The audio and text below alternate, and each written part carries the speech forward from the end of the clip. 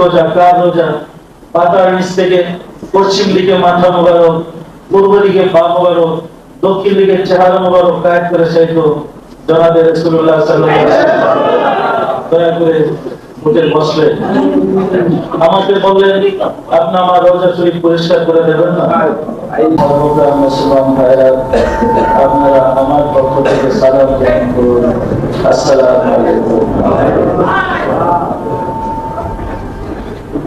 ইতিপূর্বে বিভিন্ন বক্তাদের কাছ থেকে বিস্তারিত জানার আপনাদের সুযোগ হয়েছে। আমিও বিভিন্ন বক্তাদের কাছ থেকে অনেক বয়ান শুনেছি। আজকে আলোচনা সম্বন্ধে আপনারা জানতে পেরেছেন।